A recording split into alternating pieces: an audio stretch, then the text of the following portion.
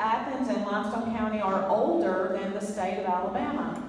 Athens and Limestone County will celebrate their birthdays in 2018, and the state of Alabama will celebrate its birthday in December 9th, 2019. So we're really excited to start this basically 3-year-long celebration. The official state kickoff was yesterday. We celebrated yesterday with a program at the Athens Rotary Club. And because we wanted to offer the same program to the public, that is why we decided to do a kickoff on March the 4th also.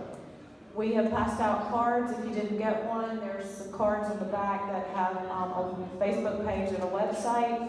There's also a sign-up list for email back there. We're going to try to do a distribution list so that as we plan the events throughout the next 3 years that we can notify you and keep you abreast of everything that your local Bicentennial Committee is doing.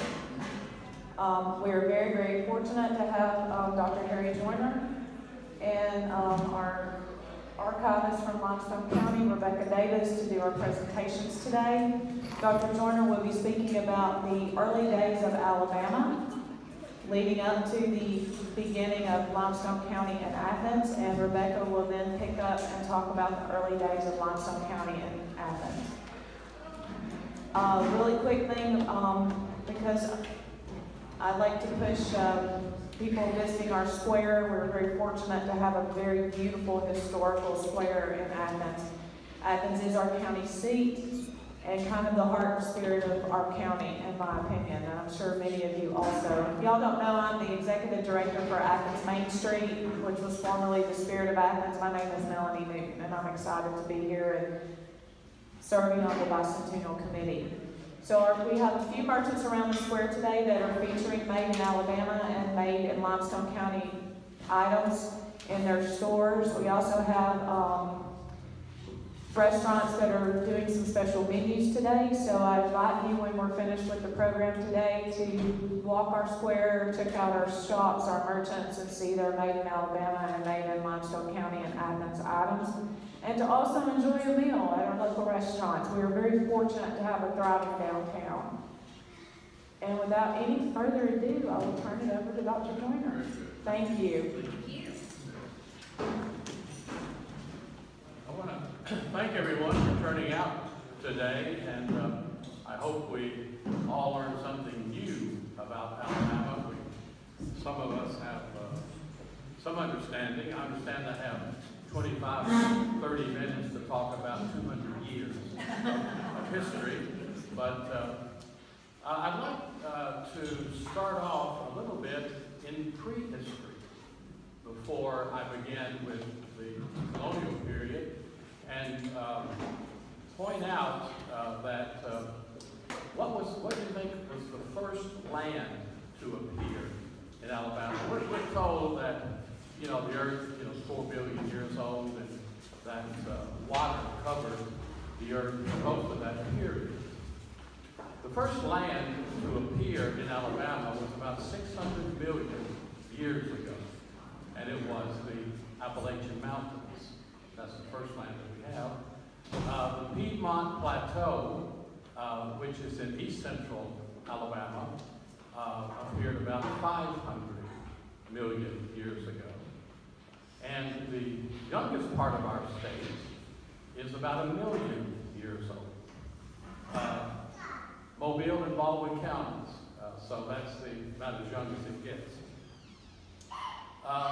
Looking at our own Tennessee Valley and a little bit of the geography,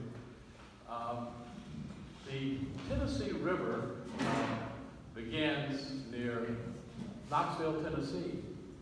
Every city has a reason for being where it is. Knoxville is because the Holston River coming down from Virginia and the French Broad River coming in from North Carolina met there. And so they built a settlement called White's Fort. That was the first name of Knoxville. Athens has a reason for being where it is. And it's that spring down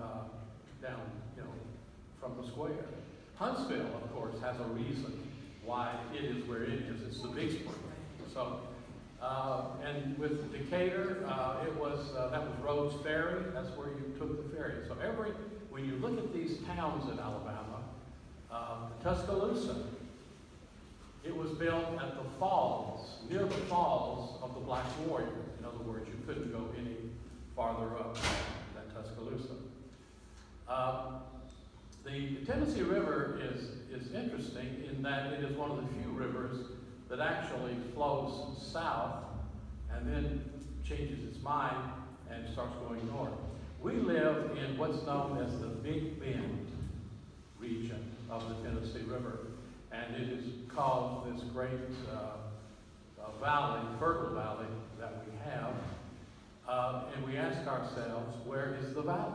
A valley has hills around it, and that's very interesting. We're in it could be 20 miles, our valley. And if you go up just a little north, you're going to see Elkmont and those hills. And if you go south, and as you go down 65, you'll see Priceville. And if you go Highway 20 to the west, you will see all of those hills in southern Morgan and Lawrence counties. So our valley really does have, they're not mountains, but there are hills, and we really do have a valley. One other thing, about the Appalachian Mountains themselves. The Tennessee River separates the Appalachian Mountains and the Cumberland Mountains. The mountains in Madison County, in Jackson County, are the Cumberland Mountains. And they go up into Tennessee and Kentucky. And they were named for the Duke of Cumberland, who was one of the eldest son of the English king. And the mountains to the east of the Tennessee River are the Appalachians. So there is a distinction there, just like the Coosa River separates the Appalachian Mountains from the Piedmont Plateau. So rivers have that effect sometimes. Now, it is hard for us, a couple of other words about the prehistory, is the fact, and it's hard for us to imagine dinosaurs actually roaming Alabama.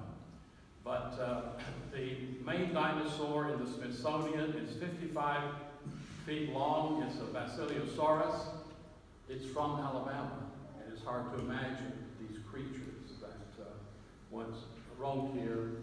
We have found skeletons of the hairy mammoth elephant and the saber-toothed tiger skeletons that have been found in Lauderdale County. So thank goodness they're not around today. 8 different species of sharks, including white sharks, have been found in the coastal plain of Alabama. They have found turtle shells and things of that nature, just to show you about the marine origin and how it came out. The oldest humans that have been found are in Russell Cave, Jackson County, about 10,000 BC. So that's a little bit of the prehistory. I want to talk a little bit about the colonial heritage because it was so important in the development of Alabama. And the first European colonists to discover Alabama were the Spanish. Shortly after Christopher Columbus set up his operation in Cuba, because in 1507, Mobile Bay appeared on a map in Europe, and it was called the Bay of the Holy Spirit. That was the first name of Mobile Bay. The Spanish called the entire Gulf Coast, including Alabama and Mississippi, Florida. That's what appeared on their maps. And that means full of flowers. So that was the designation. We also know the origin of the word Appalachian. It's been puzzling for a while, but on the early Spanish maps, the Carolinas were referred to as Appalachian. And so that's the origin of that. There were several Spanish land explorations. There was a big one in 1528 from Tampa along the Gulf Coast, and they were always looking for gold. The Spanish were always looking for gold. Do we have any gold in Alabama? Yes. Where? Near, Very good. Boy, Talladega. it's right. How'd you know that? Because I want to find it. Boy, you must have read that somewhere. Or you know that. Most people don't know that. But gold and silver were mined in Alabama for 100 years, 1835 to 1935. And southern part of Talladega County, do you know the other two counties? Which ones? Coosa and Tallapoosa. Well, it's Gold Hill and Chambers County, right at the edge of, Tallapoosa. okay, Yeah. right at the edge. Yeah, I think it's in Tallapoosa County, but still, that was part of the Archivist Gold District of Georgia. And not many people know that, but now everybody in here knows about gold. For 100 years, and you know, the value of that gold that was mined was hundreds of millions of dollars in today's terms. You know, we had the big Spanish exploration by Hernando de Soto. We won't say much about that, but he landed in Tampa Bay with 600 conquistadors heading north. And when they got to the formation of the Coosa River, which is at Rome, Georgia, he followed the Coosa River into Alabama, and then then he hit the Alabama River and went on down to the Delta, and that's where he encountered Chief Tuscaloosa. Does anyone know who Chief Tuscaloosa was? Okay, he was the chief of the Mobile Indians in the village of Mobila, and these conquistadors were really not very nice people. I mean, they would kill you in a minute, and most people who would do that are not very nice people. They destroyed the village of Mobila, and do you know what the word Tuscaloosa means in English? Almost means that. It means black warrior. Black warrior. And Tuscaloosa is built next to what river? Black warrior. So now you're learning. You know, place names are always interesting, and that's part of that. De Soto went on up the Tombigbee River and left the state. In 1559, the Spanish tried to establish a colony in Mobile Bay. There was a large group. They went from Veracruz, Mexico, because they wanted to have a place for the ships to get provisions. A hurricane swept through there and destroyed most of the people and the ships. So the attempt in 1559 to establish a Spanish colony failed, and the Spanish then went to St. Augustine, Florida in 1562 and established a colony there. The first European colonists in Alabama were the French. And the origin of that was a voyage down the Mississippi River in 1682 by La Salle. The French were in Canada. Quebec was 1610, and they started going westward. And the Mississippi River starts in central Minnesota. That's where it starts. And so a previous voyage by Marquette and Joliet had only gone as far as the Arkansas River.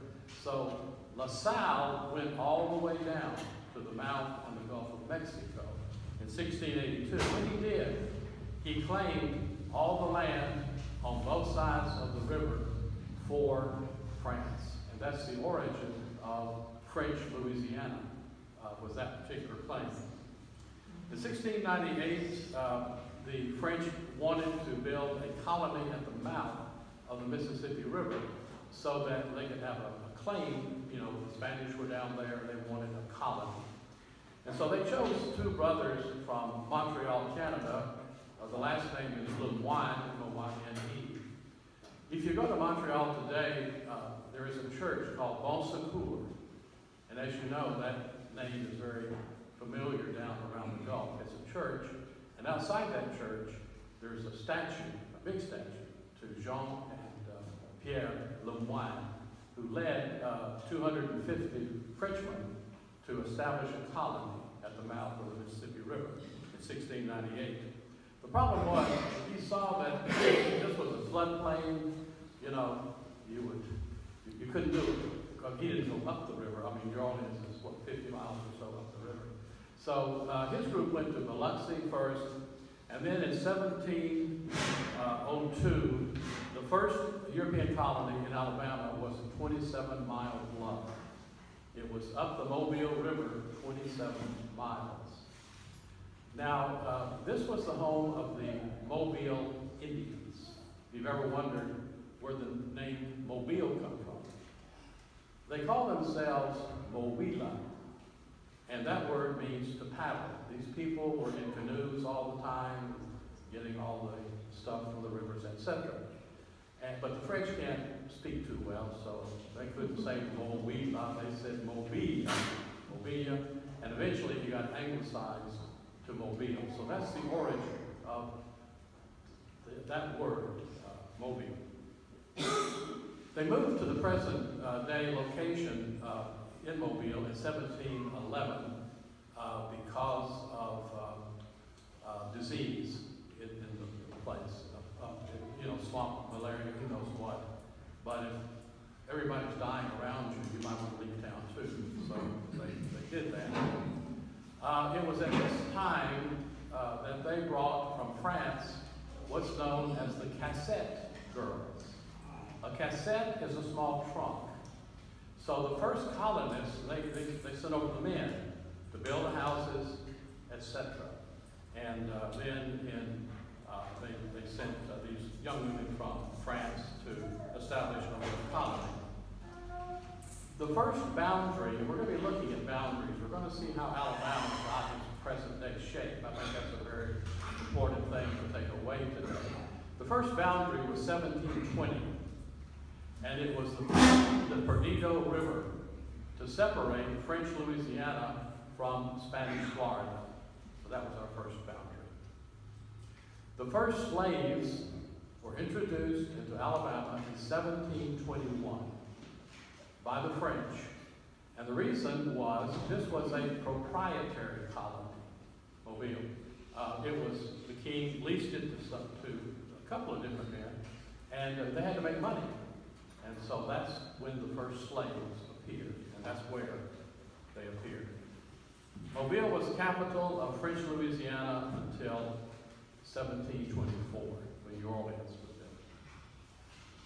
The British gained control of the Gulf Coast in 1763 as a result of winning the 7 Years' War. This was a world war between France and Great Britain. Great Britain got all of Canada at the end of that. And they also got French India, and they also got Fort Louis de la Mobile, or Fort Condé, from the French. So they were in charge of the Gulf. And they renamed that area Fort Charlotte. And Charlotte County went as far north as Montgomery. We're going to see later that caused a big problem with Spain after the Revolutionary War. Our second boundary of Alabama was in 1783, when Georgia became a state, and it was at the Chattahoochee River. Georgia, as you know, owned all the land from the Atlantic Ocean to the Mississippi River. This was the charter given to James Oglethorpe, and so they just said, well, Georgia stops at the Chattahoochee. And then, in 1783, the northern boundary of Georgia, and we got our northern boundary, that's the 35th parallel. So the next time you go to Nashville, you cross the line and say, by the way, we're crossing the 35th parallel. So this line ran, there was a junction, and it was later in dispute because for a while South Carolina claimed Tennessee Valley because they said, well, that line's not here, it's down here. But there's where the streams come together, and it goes all across North Georgia and Mississippi and Alabama. So that's boundary was set in 1783. Now the problem we had was Spain. Our boundary with the panhandle of Florida is at the 31st parallel. And in the Treaty of Paris that ended the Revolutionary War, our negotiators said the southern boundary of the United States will be the 31st parallel. But the Spanish who were down there said, no, that can't be because we took over from the British and Charlotte County went as far north as Montgomery. We had a dispute. And so we built a fort called Fort Stoddard. He was our Secretary of War, so that was a good name for the fort, right at the 31st parallel, indicating to the Spanish, if you go north of that 31st parallel, if you want to dispute the land, then you'll be at war with us. So this was settled in 1795. I think these treaties are very, this is in your American history books, and fortunately, that's another boundary that we had. Mobile and Baldwin counties were not taken from the Spanish until 1813, during the Creek War. Mobile and Baldwin counties were not added to the United States until 1814. It's kind of interesting. James Wilkinson and some soldiers from New Orleans went up during the Creek War and seized those two regions.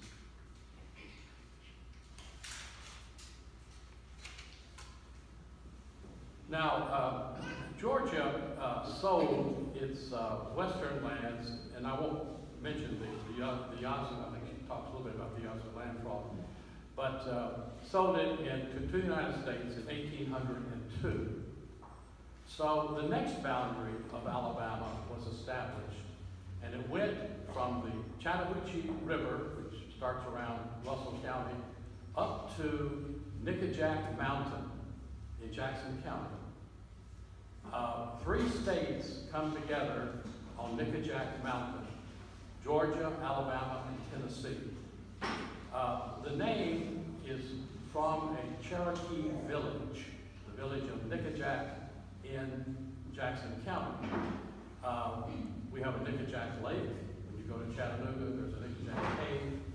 And this is located near Bryant, Alabama. In 1806, the Chickasaws and Cherokees, gave up a small parcel of land in North Alabama, and Madison County was formed in 1808 as the first county. And Leroy Pope, an entrepreneur, established a town called Twickenham. Why would he name it Twickenham? It's not a very Alabama name. But it was the home of a relative of his. He was a Pope. Alexander Pope was from Twickenham, England. So why did they change it to Huntsville? Well, why? John Hunt. Yeah, but why? Why change it? Okay. The problem was we were about to go to war with Great Britain. And it's like naming your town Ho Chi Minh City. Twickenham? Another town in the area which changed its name was Nashville. The first name for Nashville was Fort Nashboro, as you know. And Ville is a French name, for city. And so people said, John Hunt was the first settler there, but from Tennessee, but he was so poor he couldn't buy the land on which he had settled. And so he left. And so the people around there said, well, let's name it for John Hunt. He was the first settler here, couldn't stay. So that's the origin of Huntsville. And And ville, of course, is city. That's the French word for city, so it is state. Now, I think the next thing to look at is the division. You know, the Mississippi Territory was created in 1798. The headquarters was in the capital was in Natchez, far away from Alabama, right on the Mississippi River. And so the question was, are we going to create this as one state or two states? For a while, there was interest in one state, but there were several problems. See, Alabama did not have the 60,000 people necessary to create a separate state. It took 60,000. And so before the Creek War, which changed everything, there was a proposal that you would divide the Mississippi, the state of Mississippi, and the Alabama Territory at the Tom Bigby River. The Tom Bigby is a natural division of this territory. It's just northeast Mississippi. If you look at it, it's about half and half. And I'll tell you why they didn't do that. The other proposal was to draw a line across both areas, and the state of Mississippi would be in the south along the Gulf. Of course, that's the good land. And Alabama Territory would be to the north.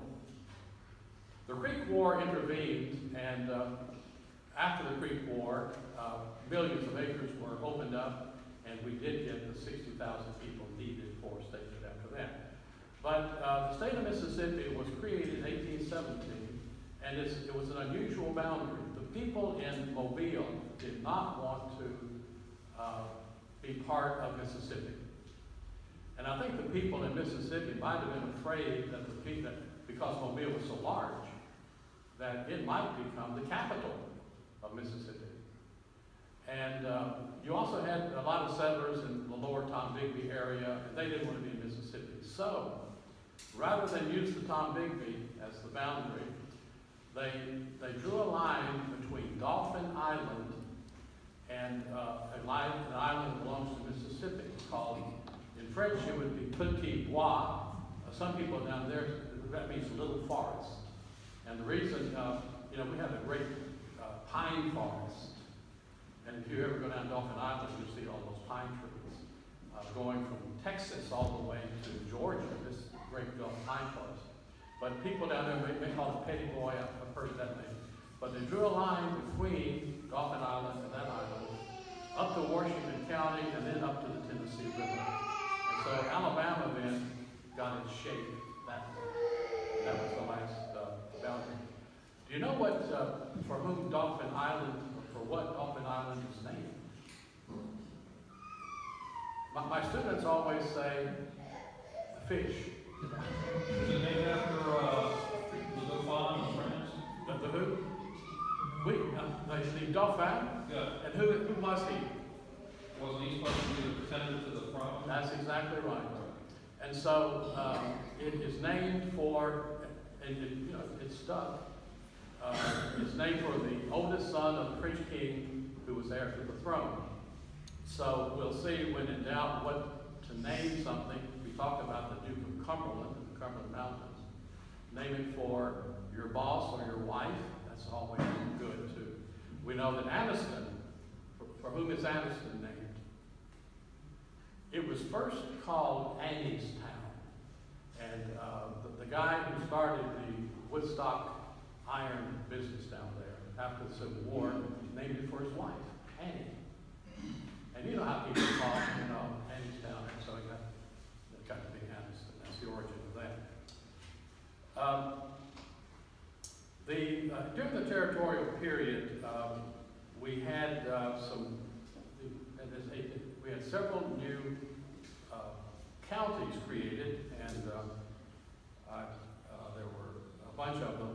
And up here in our region, we had Lauderdale County, and we had Lawrence County, and Morgan County, and let's see,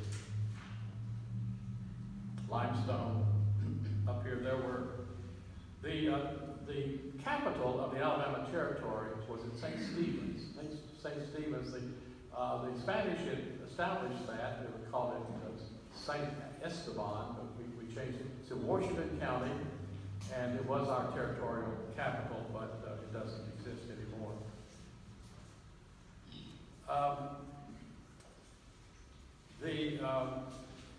So by, 1819, we had enough people to create a state, and so we had a constitutional convention in Huntsville in July 5th, 1819, and Clement Comer Clay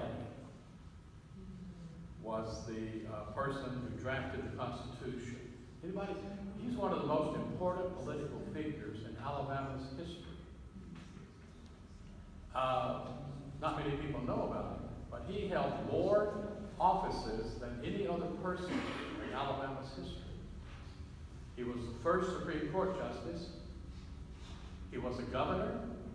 He was a congressman. And he was a senator. What's left? That's Clement Comer Clay. And again, if you visit Constitution Hall over there, his law office is part of the exhibit. They drew up a constitution, and the most important branch was the legislature, and because the government didn't have very much to do at that time, the Supreme Court was made up of the 5 circuit judges for a while, and then they established a separate. The governor was not very important, and this was known, and the state budget was less than $90,000 a year at that particular time. This was known as the 1819 Constitution. All of the constitutions can be found, I think, in Volume 1 of the Alabama Code. We've had, the Constitution of 1868, 79, and so forth. So if you want to read them, you can go there. Our first elections were held in September 1819, and William White Bibb of Otauga County was elected. Bibb was from Georgia, and he was a doctor, a physician by profession, and he also was I think a congressman and a senator from Georgia. So it's really interesting that he came over here. John Walker of Huntsville represented North Alabama, and as you know, the state legislature chose all of our senators up until 1960. And so they would choose one from North Alabama and one from South Alabama. And our first congressman, John Crowell, was from Fort Mitchell. He was the federal agent of the Creek Indians, and he was our first congressman. Alabama became the 22nd state on December 14th, 1819, and people used to celebrate this as Alabama Day. Back in, I don't know exactly when, but that was important. The state's population was 65,946. There were 44,900 white people. There were 21,000 slaves when we became a state, and 114 free black men. In Limestone County, there were 4,489 people. There were 3,473 whites, 1,015 slaves, and 1 free black man in Limestone County. I don't have a lot more time, but I do want to just say a brief word about our attempts to annex Northwest Florida, the Panhandle. Anybody know anything about that? It's not really well known, but one of the first things that our congressman, Alabama should have gone to the Gulf of Mexico, as you know, 31st Carolina, but it didn't. And our congressman tried in 1821 to introduce a bill in Congress that the Alabama boundary would go all the way to the Gulf, from Dothan on down. The problem was that a lot of the southern senators wanted to create Florida as a slave state. And most people lived in the Panhandle rather than, and if if they did that. And that's what really kept us from having Destin, Fort Walton Beach, and all those other places. The people in the Panhandle wanted to join Alabama, but it didn't occur. There was another attempt after the Civil War to have that place, that area joined to Alabama. In 1869, there was a vote in the Panhandle of Florida, and they said, yes, we want to join Alabama. But the problem was, Alabama did not have the money to pay the state of Florida for the public property that they would have to do. So that's the end of that particular story. I don't want to take up any more time. There's one, I think, important thing. Maybe if I could have 5 more minutes. I want to point out something that I have found as I've looked at the scope of Alabama's history. And that's how quickly major technological advances in the world reach Alabama. You know, people might think, Alabama, it's a backward state, and, we're in, cotton and all this kind of stuff.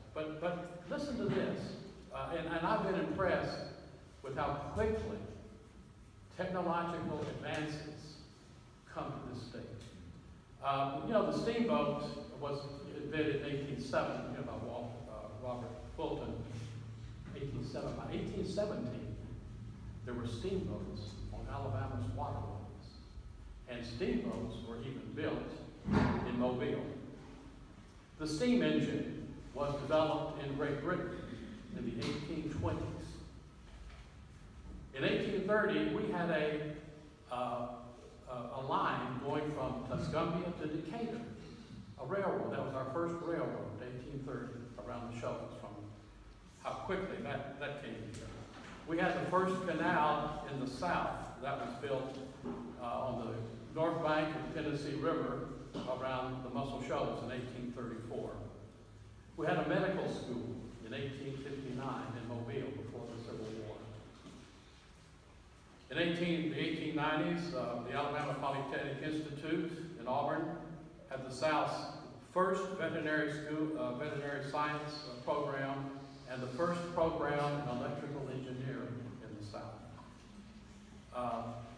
The University of Alabama had programs in civil engineering and mining engineering. Electricity, the first practical use of electricity was the telegraph. And in 1837, where you could send messages over these wires with the Morse code. 1837. By 1848, Alabama had a telegraph line from Montgomery to Mobile. And in 1852, it had one across the Tennessee Valley, a telegraph line. In 1886, one of the nation's first electric streetcar systems was in Montgomery. It was built by a Belgian engineer known as the Lightning Route. And it was the first electric streetcar system in the South. The next use of electricity was to light city streets. And by 1883, we had small generated brush dynamos lighting Montgomery and other cities. Hydroelectricity was developed in Switzerland in the 1880s. And by 1896, we had a hydroelectric plant located in Tallahassee that supplied electricity to Montgomery. We had the first steam plant in 1913, and in 1917, we had the world's largest steam plant. Not Germany, not Great Britain, but it was the world's largest. And of course, we had the largest nuclear plant. So thank you very much, and we'll look at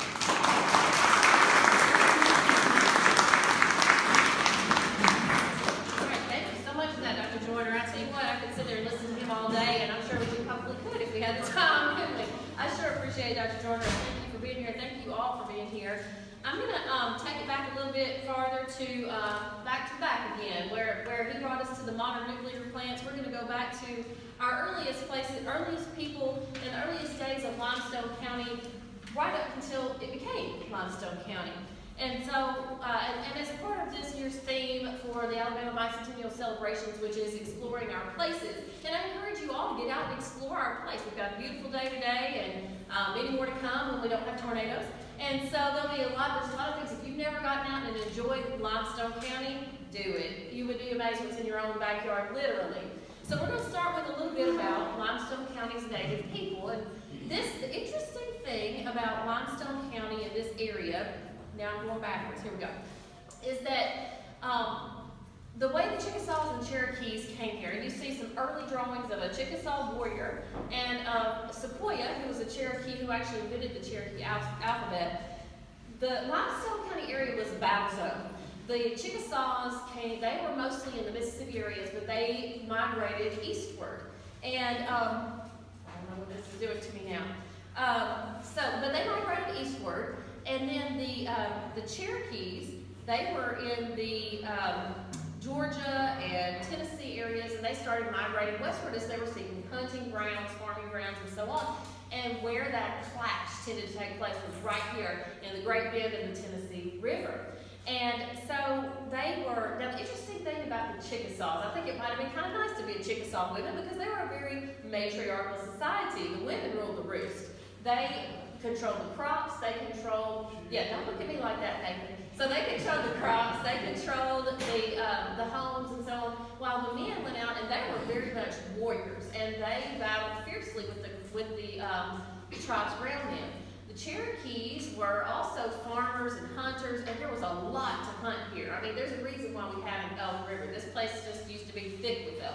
And also deer and turkeys, and also bears and panthers and wolves. So you had to fight for that too, fight them for that too. And but especially after the Revolutionary War, they were kind of pushed all into this area. Now the Chickasaws and Cherokees to a certain extent too were friendly with these European settlers. They traded with them, and particularly with the British, although they kind of changed camps after the war. And you still see some of their remnants around here along the Elk River, the Tennessee River. There are mounds where they burial mounds and so on, where you see rises. Sometimes that's a mound.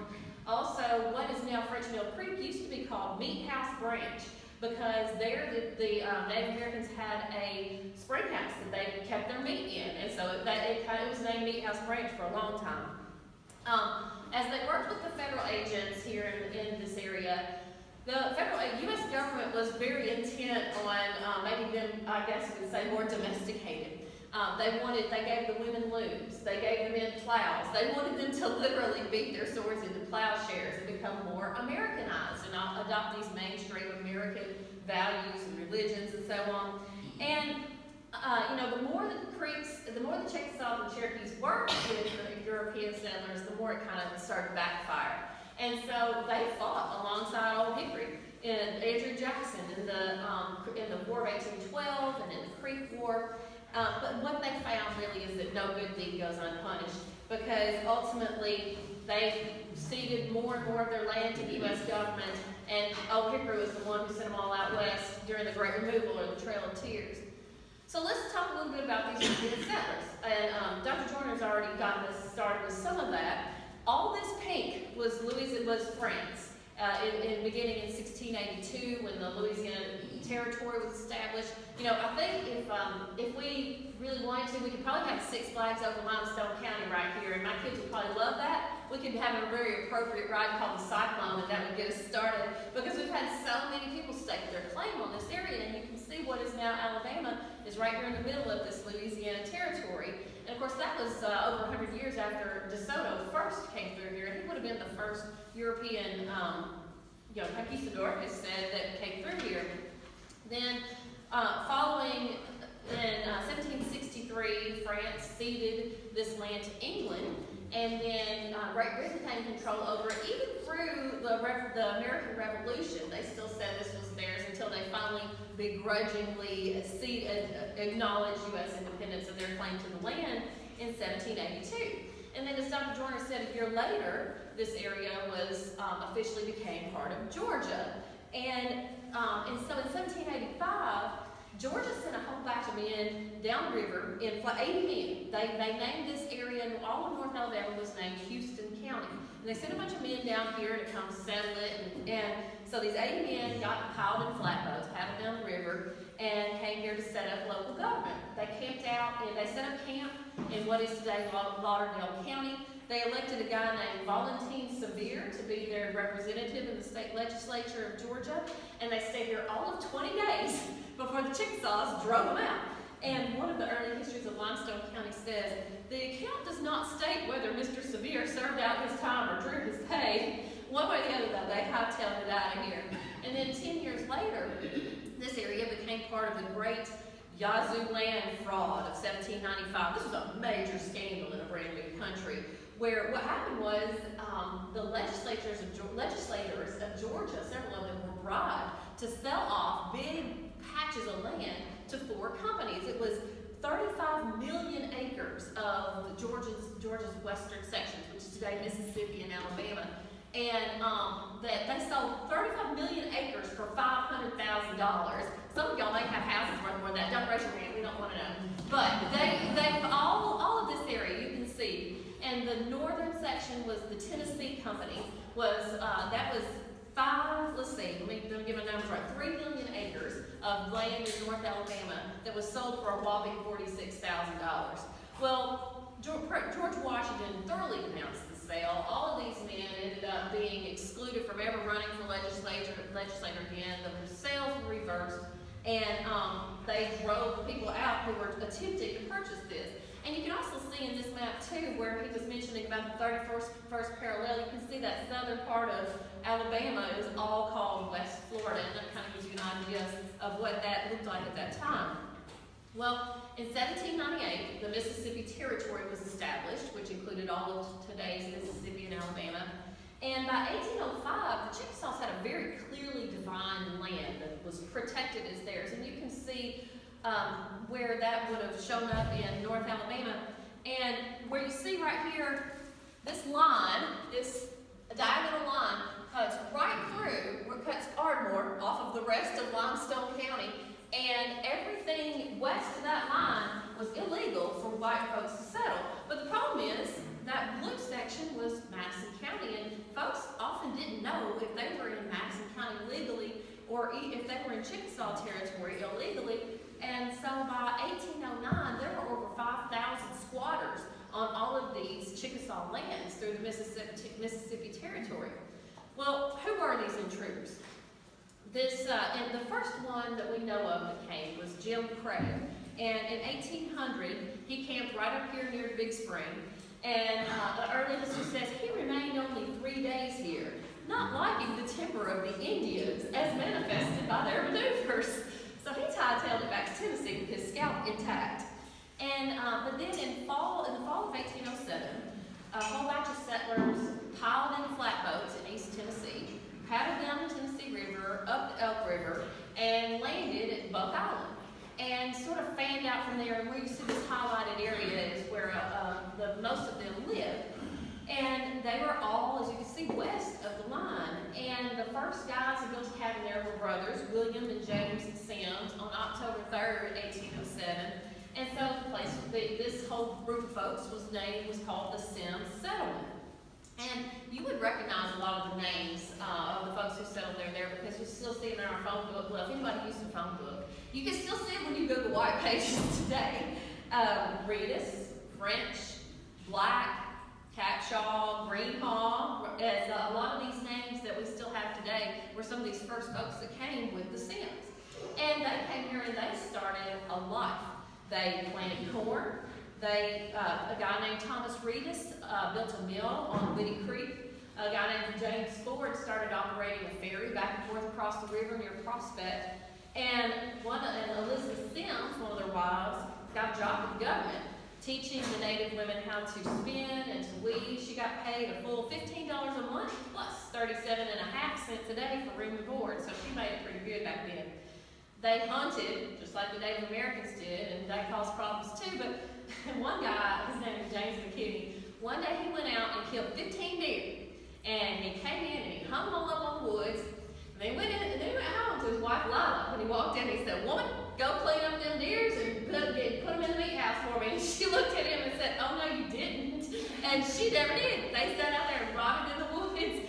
So I don't know if she suffered any repercussions from that, but I know James probably did. So, and they also, we have some early decorators. There was a guy named Frank Nixon who one day went out and killed a bear, and he got the skin and the meat and all this stuff, and then he took all the guts and he stuffed them and he dried them out and he strung them up on the line with some red peppers for color, and he hung them all over his house, and that was his decoration. And the thing about Frank Nixon, he was very creative when it came to naming his kids. His sons were named Alexander the Great Nixon, John Coffey Nixon, Lorenzo Dow Nixon, General Jackson Nixon, George Washington Nixon, James Monroe Nixon.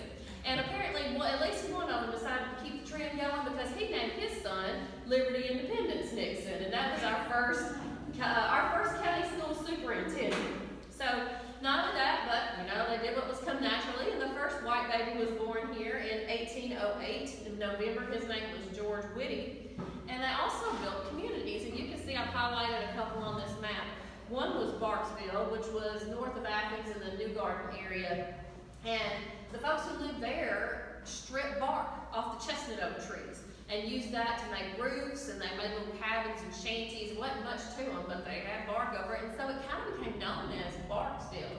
And even long after the settlers had moved on to more permanent dwellings, you could go out there in the woods and see those bark-covered shanties that were sort of deteriorating over the years. And then another guy, and if you look at the modern maps, like the engineering maps today, you'll see Gordesville that's right up there on the Tennessee line. And I really wish I could find the name of the barkeep there, but there was a guy who made his own rain to shine. I mean, they had corn, what you gonna do with it? He made his own rain to shine, and he packaged it up in gourds, which is what he had here. He made a bar out of splitting a log and smoothing it out and propping it up on 2 barrels, and he would serve that shine over the gourds. And the funny thing about Gordesville was, if you was already kind of half lit and you wanted to find your way back to the bar for a second round, you could just follow the trail of broken gourds, just like Hansel and Gretel, all grown up. Follow that trail of broken gourds all the way back up to the bar for another round. But all these guys were illegal immigrants. I mean, they were in a nation where they were not welcome and not really allowed to be here, and the Chickasaws were getting fed up. By 1808, there was a Chickasaw chief who wrote to the federal government and said, "These guys are like crows. You walk past them, they fly away, and as soon as you're gone, they come back and settle down again." And he said, "You have got to get these people out, because allowing these squatters to remain is an example, and if they stay, ultimately, we can be no more a nation." And he just didn't know how right he was. So, but the U.S. government did try to send help. So in 1810, they established Fort Hampton, and you can see on this map where it would have been located, just right up here north of the forks of the river. And they established the Federals established Fort Hampton to keep the intruders out, and it was named for Brigadier General Wade Hampton, who was a Revolutionary War hero, and he was the guy in charge over there. And the Secretary of War told Hampton, "It is the determination of the President, the intruders on the public and Indian lands shall be removed, and it is presumed that it may be effected without bloodshed." And so they set about trying to do this. They built this garrison, which was this big square area that had log buildings. And the soldiers set out to get these settlers out. And the way they did it was by burning out their crops, burning out their fences, and even their cabins, and just drive them out. And when they weren't doing that, they were busy cutting roads throughout the county. And so some of the main thoroughfares we have today were first cut by those soldiers. You have obviously Fort Hampton Road, Upper Fort Hampton Road, and then but also Orsford Road and Huntsville Browns Ferry Road. These were all cut by those soldiers in Fort Hampton back in the day, and ultimately paved and widened and so on. Well, some of these settlers stayed away, and some of them came back. Some of them came back legally right across the line, and some of them were actually allowed to stay here illegally. James Ford, he came back here, the ferry operator, and he got a new job. He was ferrying the mail carrier back and forth to Fort Hampton, working for the government. But the day that his contract expired, the soldiers came, tore the roof off his house, and tore down his fence. So he said, I give up, and he moved to Madison County. And then Charles Burris was another guy who lived here legally just across on the east side of the line. He lived in Ardmore, kind of Johnson area. He in 1810, he built a house, he built a mill, he built a store, he built a blacksmith shop, and kind of started his own little community there and started building a really nice home in 1814. But before it could ever be finished, for some reason his daughter went up to the 3rd floor, tied herself to a beam, and hanged herself. And so nobody ever really knew why. But he'd suffered that heartache here. And then of course Nick Davis, who the road is named after, in 1817 he built a big fine home here. He named it Walnut Road. And this must have been party central, because he was always having everybody over, throwing parties. I mean, he was big in the legislature and all this stuff. And he had race horses, and he'd race them down Nick Davis Road, round the square, and back. And then they'd all go and celebrate. So he was here actually legally, but he was on this side of the line. And then also Samuel Robertson, in 1808, he came just on the other side of the square. You can see the sign on the Woodruff building, and he built a tavern and a trading post. And he had his business going until 1810, when the soldiers came to him and said, "You got to go. William Wilder's running this place." So he left, and Wilder ran the tavern and the trading post until 1817. And Robertson came back and said, "I want my trading post back." And they went out in the street and had a big old fight. And Robertson shot Wilder, and I never could find any information about whether A, Wilder died or not, and B, whether Robertson finally got to run his trading post. But that was actually that was really the first business here on the square. Another one of the families that lived here was the French family. You might recognize that name, you still see it around here. In 1808, Benjamin French came here with his wife, his 5 girls, and his 6 boys, and built this cabin, which actually stood until the 1970s. He was a Revolutionary War vet, kind of scrappy guy. And his son, Amos French, was out tilling the ground one day, and the record says that at about 1810, one of the Indians who had shared his hospitality came to him in a little new ground in which he was at work, and in bad English made him understand that evil was impending, and he left as quickly as he could. Before he had gotten out of sight, however, he saw the smoke arising from his cabins on fire. So the Frenches were some of the 450 settlers who finally, in 1810, wrote a letter to President Madison, and they were begging him, "Please let us stay on this land, even if let us be tenants until we can at least just buy it." And they said, they stated their case, "Well, we thought this was legal to live here when we came, and we could just pay $2 an acre for public land." And so a lot of them had just sold everything they had, picked up and moved, and had nothing when they came here, and had nothing to return to. And but it wasn't until they got here they realized, oh, this is Chickasaw land, and Chickasaws ain't selling. So they said, it was part of this letter, it was a real long letter, and they all signed it, and it's full of spelling errors. I don't know, but anyways, as a former journalist, that strikes at my heart. But they said, if they will not take a reasonable price for their claim, we will not remove our fellow citizens off, which will bring many women and children to a state of starvation, merely to gratify a heathen nation who have no better right to this land than we have ourselves. And they have, by estimation, nearly 100,000 acres of land to each man of their nation, and of no more use to government or to society than to saunter about on like so many wolves or bears, while they who would be a support to government and improve the country must be forced even to rent poor stony bridges to make a support to raise their families. And they said, some of these men, some of our men have died. They've got widows and children left behind. They said, for heaven's sake, pause to think of what is to become of these poor orphan families who have more need of the help of some friendly parish than to have the strictest orders executed on them who has not a friend in this unfeeling world that is able to assist them. So they really laid it on thick. And ultimately, some of these settlements began to be somewhat tolerated. And one of these was Cottonport, and you can see it kind of starred on this excerpt of this 1822 map. It was still sort of around by then. And over on the left side is a map from the archives that shows some of this, who lived there. And Cottonport was right here where Beaver Dam Creek, Limestone Creek, and Piney Creek all meet as they flow into the Tennessee River. And by 1808, this became a major cotton port, obviously, for cotton that was headed to New Orleans, because the deal with the shoals was the only time the boats could get over the shoals was in the spring, when all the high tide came. And so as cotton was harvested in the fall, it would come down the Tennessee River and then be stored in storehouses there at Cotton Port until spring, when it could go head on down to New Orleans. And then this also became a whole little community, and this was sort of where you could go and get everything you needed that you couldn't grow yourself, your flour and your bacon and your potatoes and onions. I mean, this was Southern cooking after all, and furniture and spinning wheels and cider and whiskey and so on, which you didn't buy in Portsville, I reckon.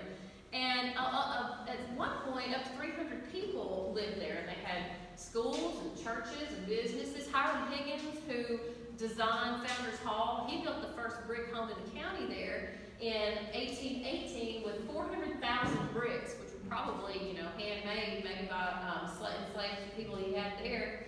And in 1817, as Dr. Jordan was talking about some of this high tech back then, Cotton Port is really a story of tech making and breaking it, because it was made because it was there, for these boats that were coming down. The very first steamboat that came down the Tennessee River, everybody went down to Cotton Port and went out on the river and watched it come by, and it nearly went over as it went around the bend of the river, and everybody gasped, and then it went on, and so that was a big deal then.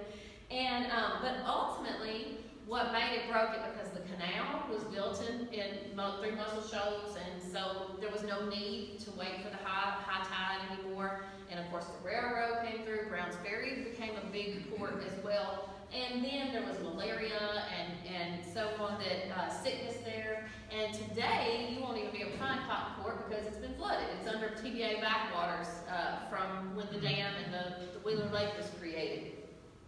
Another place that is still here today and is very proudly older than the state is Mooresville. And it's 3 days older than Athens. It was established in November 16th. But there were folks, as an incorporated city, but there were folks living there as early as 1808. When Alexander Moore came here with his sons, Robert and William. And this was, the early tavern was a really important, what you see here was a really important stagecoach stop for everybody there. And William had a shoemaking shop there as well, and you can still go down there today and walk through and see some of those old homes. Churches, of course, well, as long as you got taverns and gourds, you're going to have folks there to preach against all this liquor. And one of the earliest ones was Robert Donald, and his home, as you can see the picture of just from this past winter, is still standing over there. And he kind of apprenticed under some of these big name Presbyterian preachers that came through here. There was lots of camp meetings back then. Lorenzo Dow even headlined one, and that was like the event of the season. And by 1810, Donald was preaching here, and he actually helped start the Presbyterian Church right across the street. If y'all want to look, I don't have a slide because you can see it out the window. And then of course he later built his house here in Athens, and kind of a little small thing, but pretty. Why does this thing keeps doing that? No, we don't want to connect. You can see the picture of the Donald house all decked out for Christmas, and little Richard Martin's son, helped do that. Little Richard also worked on this building here, which is owned by the Presbyterian Church. And if you haven't had a chance to walk through, you should, because I never thought the Clem Tower building would ever look so good. I think they've done a great job, don't you all? Then, of course, we got the Methodists. They had a bunch of big camp meetings at Cambridge, and Cambridge was another one that was a really hopping, growing city back in the day. In fact, it lost out to being our county seat by one vote to Athens whenever in 1818. And there was businesses and a mill, and of course the church, the Cambridge Methodist Church, and it was also a site of some major camp meetings during the Great Revival of the early 1800s. And then, of course, you had the Baptists. And Round Island Baptist Church, somebody corrected me yesterday, they didn't actually meet at Round Island Creek. They just thought they were meeting at Round Island Creek, and it was, Bryan Creek? What's the name of the other creek down that way? Well, y'all can look it up. Go ask the Baptist. So the Round Island, the Baptists started meeting down there by the creek as early as 1816, and then on June 17, 1817, they formally organized as a church, which makes them the oldest continually operating church in Limestone County, and they're turning 200 years old this year. And so on June 4th, they're having a big shindig, so everybody can come and celebrate with them. And maybe while you're down there, ask the Baptists this too. Their first preacher was, or ordained minister was Jeremiah Tucker. And early history says that when he originally came here, he was a hard-shell Baptist. But after about 12, 15 years, he became a missionary Baptist. So does anybody know what that difference is between a hard shell? I mean, I have some ideas, but nobody? Okay, well, we'll just ask the Baptist. So, in 1817, after the Chickasaws had ceded their land to the U.S. government in 1816, the Mississippi Territory, Mississippi was established as a state, and then, sorry, I got mixed up on my dates, but on March 3rd, 1817, 200 years ago yesterday, the Territory of Alabama was established, and on May 9th, just a few months later, the territorial legislature created Elk County, not Limestone County.